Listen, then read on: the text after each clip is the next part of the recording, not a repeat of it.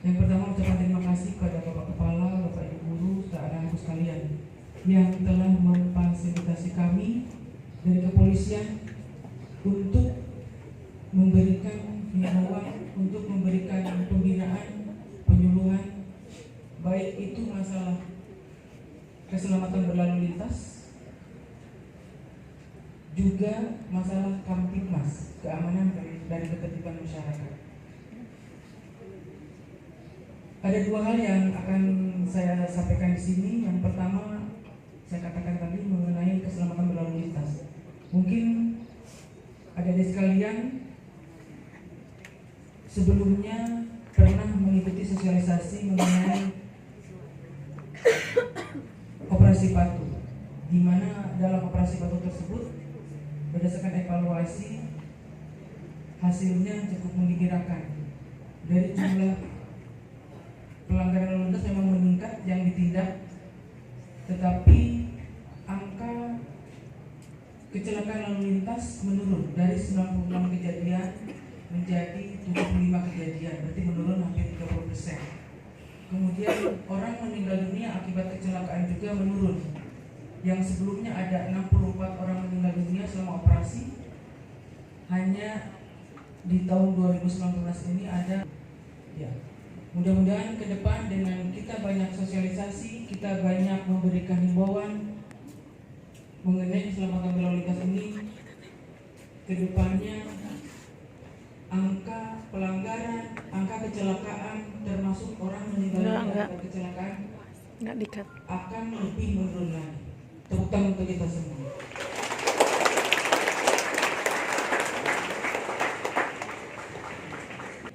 Bapak Ibu, adik-adik sekalian, melihat, mendengar, baik itu melalui media sosial, baik itu melalui media elektronik, media cetak dan lain-lainnya, menyikapi situasi Kamtibmas akhir-akhir ini, ya, dengan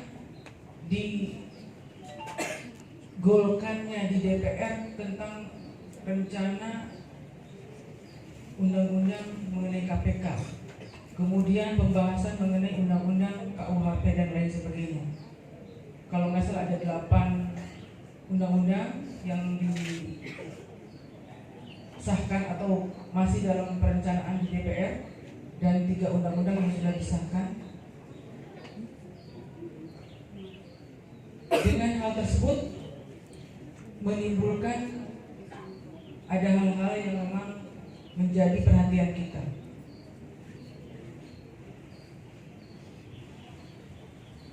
Dan yang lebih, kita dari kepolisian ini memberikan himbauan atau pembinaan, ya, terutama untuk adik-adik sekalian. Dengan maraknya aksi unjuk rasa, ya,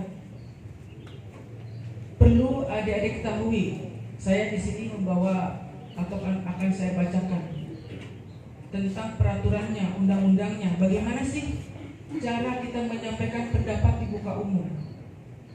Ya, boleh, tidak dilarang, setiap warga negara berhak dan wajib menyampaikan pendapat di muka umum. Tapi itu ada aturannya, ada undang-undang yang mengaturnya. Ya, biar lebih tepatnya saya akan bacakan undang-undangnya. Yang pertama, Undang-Undang Nomor 9 Tahun 1998 mengatur tentang kemerdekaan menyampaikan pendapat di muka umum. Ya, di sana diatur menyampaikan pendapat wajib dan memang tidak dilarang dan menjadi hak setiap warga negara untuk menyampaikan berupa pikiran maupun secara tulisan. Tetapi aturannya, menyampaikan pendapat itu ada 3, terutama untuk kalangan-kalangan yang di bawah umur, ya, 3 aturan yang mengaturnya. Yang pertama tadi Undang-Undang Nomor 9 Tahun 1998 tentang menyampaikan pendapat di muka umum. Kemudian yang kedua adalah Peraturan Kapolri Nomor 9 Tahun 2008. Di sana juga disampaikan aturannya seperti apa, kemudian ada sanksinya juga. Ya. Jadi saya sampaikan, yang pertama, apabila akan melaksanakan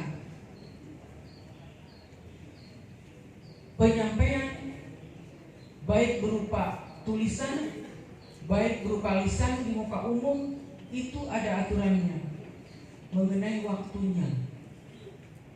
Apabila dilaksanakan di ruang terbuka, contohnya lihat ada di lapangan, ada di jalan dan sebagainya, waktunya dari jam 06.00 pagi sampai dengan jam 18 atau jam 6 sore. Itu untuk yang di ruang terbuka. Dan apabila dilaksanakan di ruang tertutup, contohnya berupa rapat,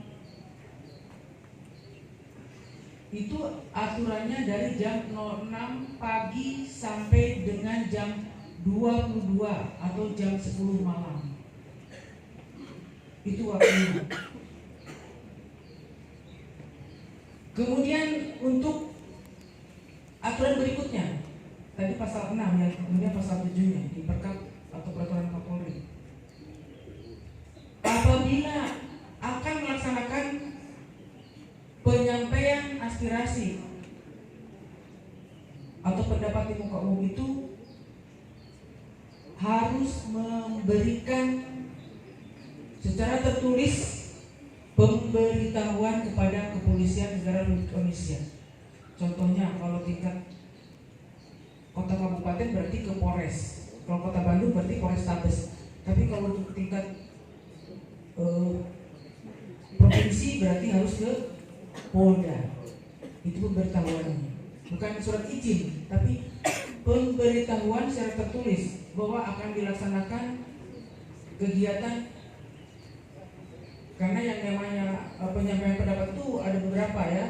Contohnya ada berupa unjuk rasa atau demonstrasi, berupa rapat, mimbar bebas.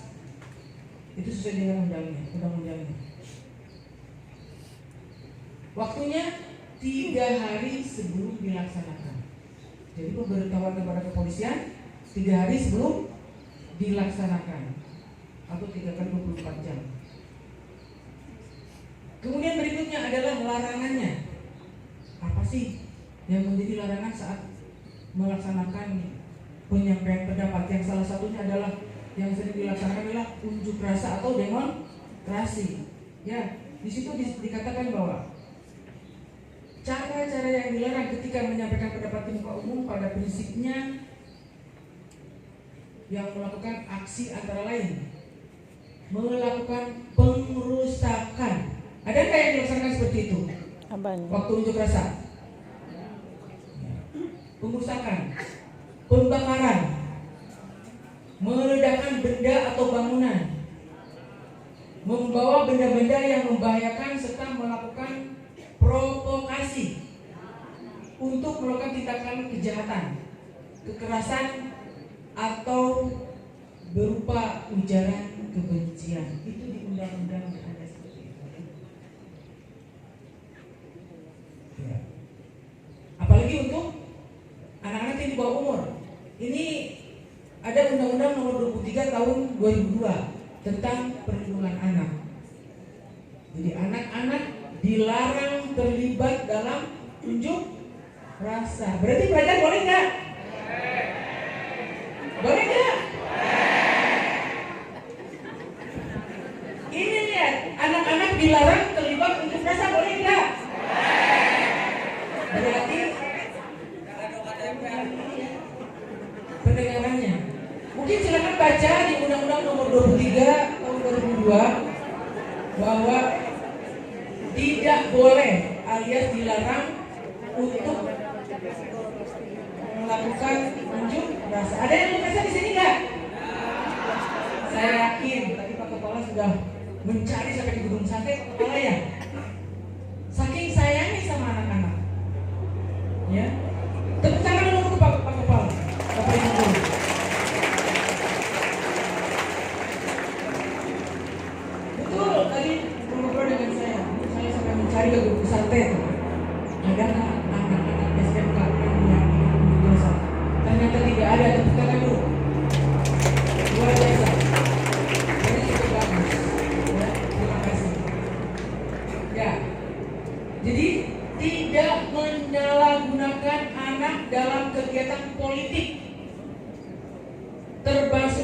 tidak melibatkan anak dalam kegiatan yang berpotensi rusuh dan tidak melibatkan anak dalam kegiatan yang mengandung unsur kekerasan, karena apabila terjadi hal tersebut akan terjadi hal yang tidak diinginkan, maka anak akan rentan dan menjadi korban. Siapa yang rugi? Diri sendiri, orang tua. Ya, ada yang dibawa ke rumah sakit, ada yang pingsan, fatalnya lagi ada yang meninggal dunia. Dirugi ya kita ya. Tolong diperhatikan untuk ini. Jadi tadi selain saya sampaikan ada waktunya, ada pemberitahuannya, ada larangannya, termasuk sanksinya. Perlu disampaikan sanksinya? Ya. Sebelum kita ke sanksinya. Jadi ada hak dan kewajiban yang harus dilaksanakan oleh pihak-pihak yang melaksanakan unjuk rasa, yaitu masyarakat. Ya. Dalam pelaksanaan penyampaian pendapat di muka umum, warga negara harus bertanggung jawab.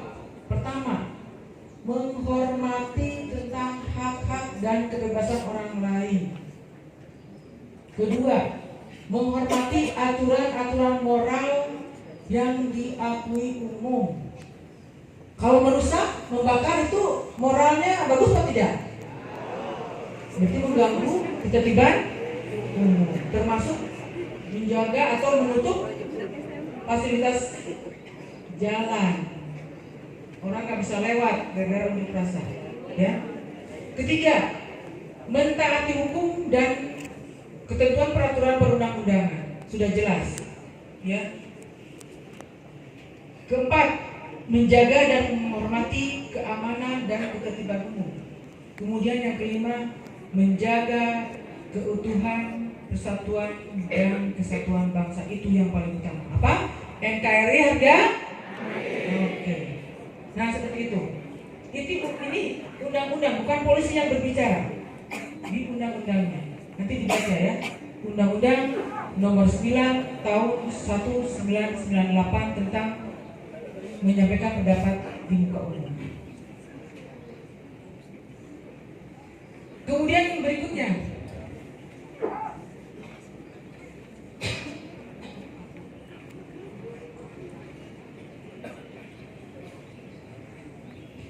ada sanksinya.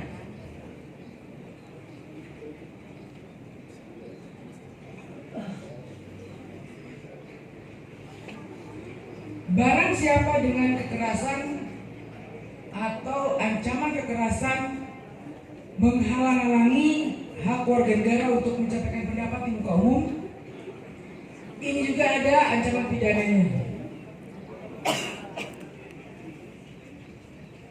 Berarti apa? Melakukan perbuatan melanggar. Yang pertama melanggar hukum dulu ya. Dapat dikenakan sanksi hukum sesuai dengan ketentuan peraturan perundang-undangan yang berlaku. Dia melakukan pengerusakan, berarti ada hukum tentang pengerusakan atau pidana pengerusakan. Itu luka itu kepada penganiayaan. Kemudian sampai meninggal dunia itu berarti kepada pembunuhan. Petugas melakukan contohnya menghalangi atau memberikan sebenarnya tidak ada ya. Kita dalam melakukan pengamanan itu dilarang menggunakan senjata api dan tidak boleh membawa senjata api. Ada ketentuan-ketentuannya, ya bertahap. Kalau memang itu damai, ya polisi juga tidak akan melakukan tindakan hal yang provokatif atau represif. Kegiatan yang anarkis. Contohnya tadi saya bacakan pembakaran, pengerusakan, penganiayaan dan lain sebagainya. Itu polisi diatur dalam undang-undangnya untuk melakukan pengamanan.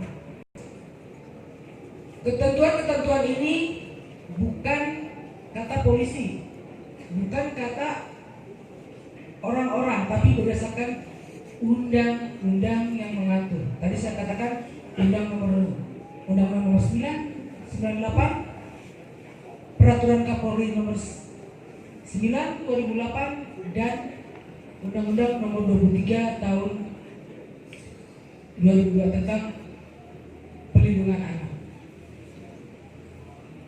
Mungkin nanti untuk lebih jelasnya silakan buka di Google. Apa sih yang menjadi aturan-aturannya? Bila melaksanakan kegiatan unjuk rasa harus izin 3 hari sebelum pelaksanaan. Yang kedua, harus tahu aturan waktunya. Jam 6 kalau di tempat terbuka sampai jam 6 sore. Kalau di tertutup 6 sampai jam 10 malam. Dan ada sanksinya. Kalau dibacakan terlalu banyak ya. Mungkin itu beberapa hal yang saya sampaikan mengenai situasi dan kondisi saat ini. Terakhir, himbauan kami dari kepolisian adalah karena kami juga mendengar bahwa sekarang medsos sangat mempengaruhi kehidupan kita, sangat mempengaruhi aktivitas-aktivitas kita. Tidak semua media sosial itu baik.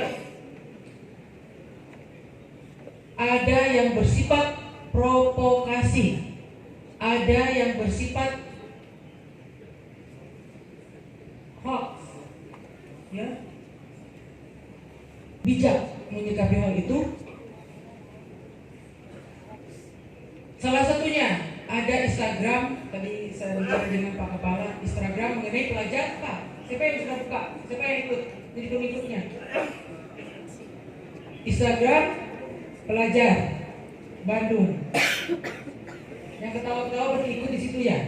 Setelah dibaca isinya itu bukan mendamaikan, tapi sifatnya menghasut. Masa ada ajakan pelajar untuk libur? Kalau libur nasional sudah ada waktunya kan? Masa ini mengajak meliburkan sekolah untuk ikut unjuk rasa? Ikut unjuk rasa karena masih di bawah umur. Ya, ini perlindungan dari Undang-Undang Perlindungan Anak ya. Ya, unjuk rasa yang bersifat rusuh, jak menyikapi media sosial tersebut. Ya, kalau yang bagus tidak masalah, tapi yang bersifat hasutan, yang bersifat provokasi, tolong diabaikan. Ya, karena akan sekali saya menghimbau yang pertama aturan perundang-undangan yang ada dalam hal berkehidupan. Kemudian nomor 2, tidak terprovokasi oleh ajakan-ajakan yang bersifat hasutan atau ajak-ajakan yang aksi unjuk rasa yang bisa merugikan diri kita. Kemudian yang ketiga, harus bijak dalam menyikapi pemberitaan di media sosial, mana yang benar-benar memang bagus yang kita contoh dan mana yang bersifat hoax. Pelajar tugasnya adalah belajar untuk mencapai cita-citanya. Kemudian yang kelima adalah jaga kesatuan dan persatuan bangsa atau NKRI. Setuju? Mungkin itu saja yang saya sampaikan, tapi mungkin terakhir Pak Kepala, mohon izin kami ada ikrar. Ada mungkin salah satu pelajar, boleh nanti komandan apelnya ya. Ikrar diikuti oleh seluruhnya. Saya terima kasih sekali lagi sudah diberikan waktu untuk menyampaikan hal ini. Dan mudah-mudahan ini bermanfaat. Apabila ada hal yang kurang berkenan, mohon maaf. Kami dari Kepolisian Daerah Jawa Barat ikut peduli tentang keselamatan berlalu lintas, tentang keamanan dan ketertiban masyarakat, terutama di kalangan pelajar. Sekali lagi, terima kasih. Saya tutup dengan Assalamualaikum warahmatullahi wabarakatuh.